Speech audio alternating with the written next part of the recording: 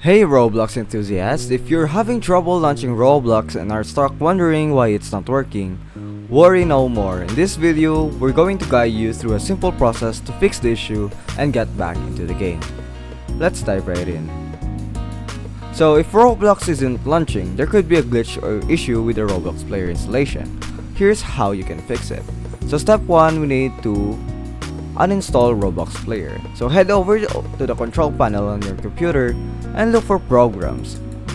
And look for the program section and find the Roblox player in the list of installed programs. And then uninstall it. Now let's go to our control panel.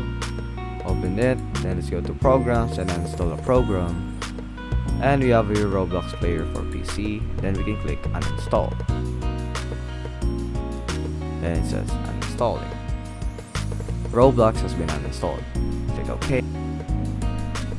There you go. Now for step 2, we need to open command prompt. Open the start menu and type CMD to open the command prompt. Let's type CMD. Okay, command prompt.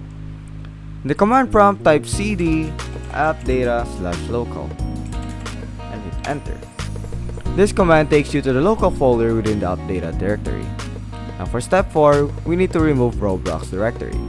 Now type rmdir/space/s then Roblox, then press enter. And then it will ask you will be asked to confirm with a Y for yes, and this command removes the Roblox directory.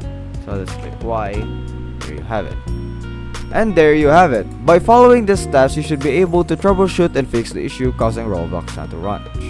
Remember, technical glitches are common, but with a little bit of know-how, you can get back to enjoying your favorite games hassle-free. If this video was helpful, make sure to give it a thumbs up, consider subscribing for more gaming tips and tutorials, and hit that notification bell to stay updated. Feel free to drop any questions or comments down below. Now go ahead and get back to having a blast in Roblox.